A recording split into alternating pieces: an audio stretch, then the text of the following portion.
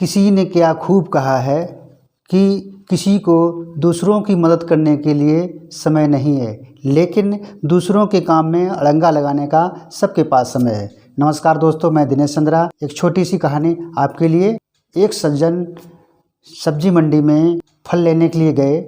फल विक्रेता से पूछा कि आप केला क्या रेट दे रहे हैं, सेब क्या रेट दे रहे हैं।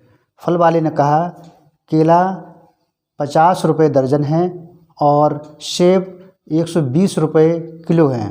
तो वो सज्जन बोले बहुत महंगे दे रहे हो, इसकी रेट सही लगा लीजिए। तभी वहाँ पर एक महिला आई। फिर उस महिला ने पूछा कि केले क्या रेट दिए हैं, सेब क्या रेट दिए हैं। तो उस दुकानदार ने कहा केले 5 रुपये दर्जन हैं और सेब 25 रुपये किलो हैं। ये सुनकर वो सज्जन उस विक्रेता पर नाराज़ होने लगे, उस फल वाले से नाराज़ होने लगे। फल वाले ने कहा आप मेरी बात सुनिए, लेकिन वो कुछ भी सुनने को तैयार नहीं था। उस औरत ने 2 दर्जन केले लिए और 1 किलो सेब लिए और वो वहाँ से चली गई। उसके बाद वो सज्जन उस फल विक्रेता से इतना झगड़ने लगा, यहाँ तक कि पीटने जैसी नौबत आ गई।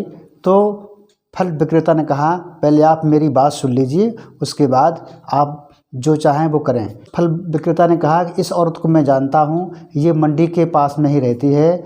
इसके पति का एक कार एक्सीडेंट में निधन हो गया था। इस औरत को इस मंडी में बहुत सारे लोग जानते हैं और इसकी मदद भी करना चाहते हैं।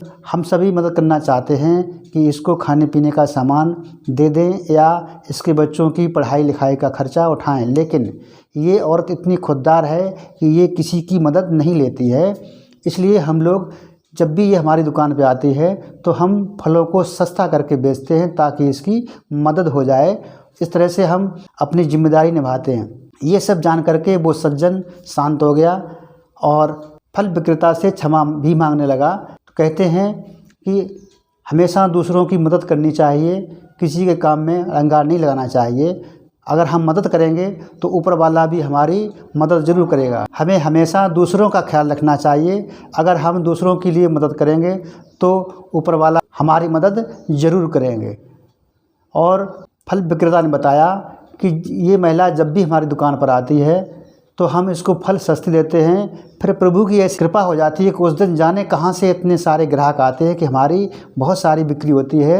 इसलिए हम उसकी मदद भी करते हैं और इस तरह से हमारा काफ़ी फ़ायदा भी हो जाता है। इस कहानी के अंत में हम आपसे वही कहेंगे, ऊपर वाले के आशीर्वाद के साथ अपनी कड़ी मेहनत और अपनों के प्यार के साथ कर दिखाओ कुछ, सबसे परे जो दुनिया आपको गूगल करे।